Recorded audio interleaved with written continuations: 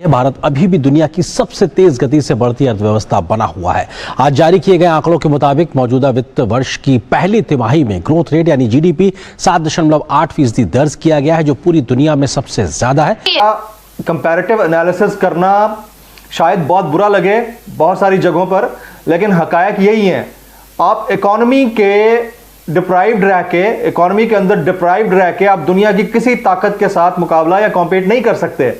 इसको पॉजिटिवली लेने की जरूरत है।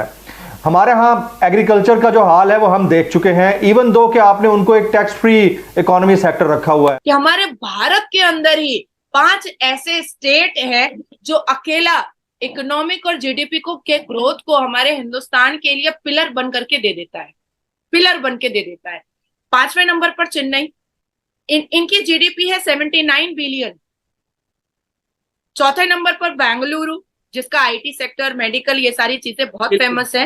$110 बिलियन अकेला बेंगलुरु दे देता है। कोलकाता $150 बिलियन अकेला कोलकाता देता है, क्योंकि पोर्ट वगैरह को लेकर के कोलकाता बहुत फेमस है और फिश वगैरह के ट्रेड को लेकर के।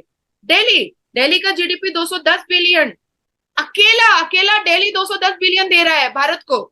मुंबई जीडीपी 278 बिलियन अकेला महाराष्ट्र, जिसको सपनों का शहर कहा जाता है, जिसको हॉलीवुड और फॉरेन कंट्री कहा जाता है, जहां हमारे शाहरुख खान रहते हैं, जहां हमारे सलमान खान रहते हैं, तो अकेला 278 बिलियन जो है वो हिंदुस्तान को महाराष्ट्र दे देता है।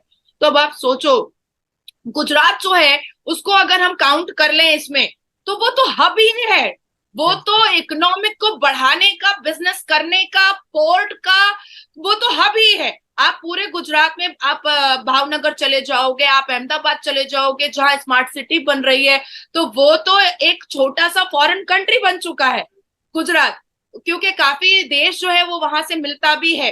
तो हमारे हिंदुस्तान में इतनी खूबसूरत चीजें हैं ना, इतने प्रोडक्टिव और इतने फ्रूटफुल स्टेट हैं कि बाहर देखने की जरूरत नहीं है हमारे। इसी तरह से हमारे यहाँ आप एजुकेशन के हालात देख लें, हमारे यहाँ हेल्थ सेक्टर के हालात देख लें।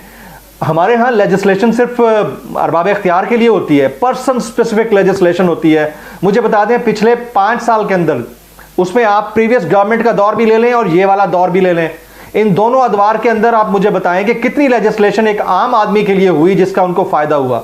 आपने टैक्सेस भी लगाए हैं 215 अरब रुपए के, तो एडिशनल टैक्सेस उन लोगों पर लगा दिए जो ऑलरेडी तनख्वाहों में से अपने टैक्सेस कटवा रहे थे। आप और हम जैसे अपर मिडिल क्लास लोग जो हर महीने सैलरी लेते हैं, टैक्स नेट के अंदर मौजूद हैं, हमें सैलरी के अंदर से टैक्स देना पड़ता है, एवरीबडी। अब उसमें मजीद टैक्सेस लगा दिए गए। अशराफिया को आपने छूट दे दी, पुअर क्लास को आपने मजीद डिप्राइव कर दिया, अंडर प्रिविलेज्ड क्लास बना दिया उनको। और अब आप ये सोचते भी नहीं है कि हम एक्सपोर्ट में या अपने जो हमारा एक्सपोर्ट सेक्टर है उसमें कितना काम कर सकते हैं। अरबाब, हमारे इर्द गिर्द जो है टैक्स एक्सपर्ट्स बैठे हैं, उनसे आप जरा पूछ लीजिए, दुनिया भर में जहां कहीं भी कोई टैक्स पे कर रहा होता है, चाहे वो कितनी मिकदार या कितनी तादाद में क्यों ना हो, उसको फैसिलिटेट किया जाता है। क्या इस मुल्क के अंदर हमारे नेशनल आइडेंटिटी कार्ड के ऊपर कहीं पर यह लिखा हुआ होता है कि ये बंदा इस मुल्क का ऑनरेबल टैक्स पेयर है? हमारा हिंदुस्तानी हमें कमा कर देने के लिए तैयार है।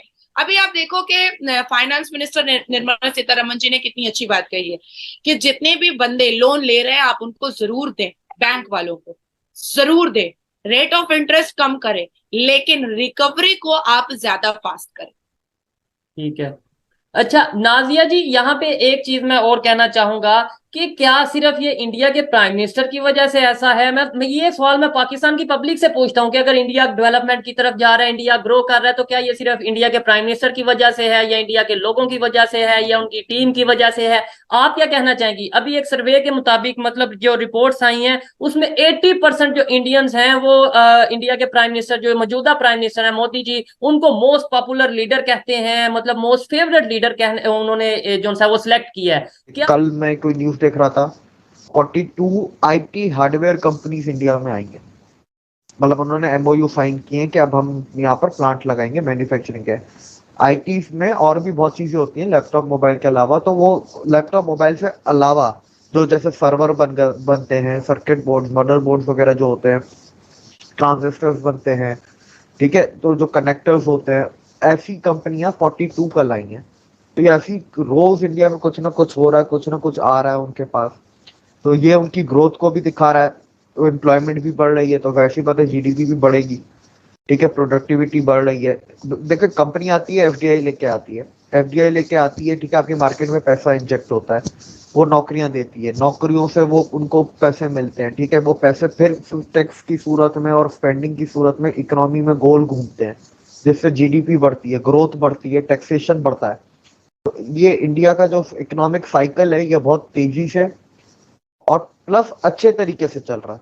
तेजी से चलने के लिए तो बहुत मुल्क हैं जिनके तेजी से चल जाते हैं, लेकिन होता है ना अच्छे से चलना, कि इसके अंदर रिस्क कितना है, खतरा कितना है, वनरेबिलिटी इसकी कितनी है साइकिल की, कि इसको अगर हल्का फुल्का भी कुछ टच हुआ तो कहीं खराब तो नहीं हो जाएगा, धड़ाम करके नीचे तो नहीं गिर जाएगा। तो इसमें रिस्क ऑलमोस्ट ना के बराबर है, इसमें खतरा बहुत कम है। ठीक है, तो आप उसी से देख लें, और दुनिया को जलन भी है इस चीज की।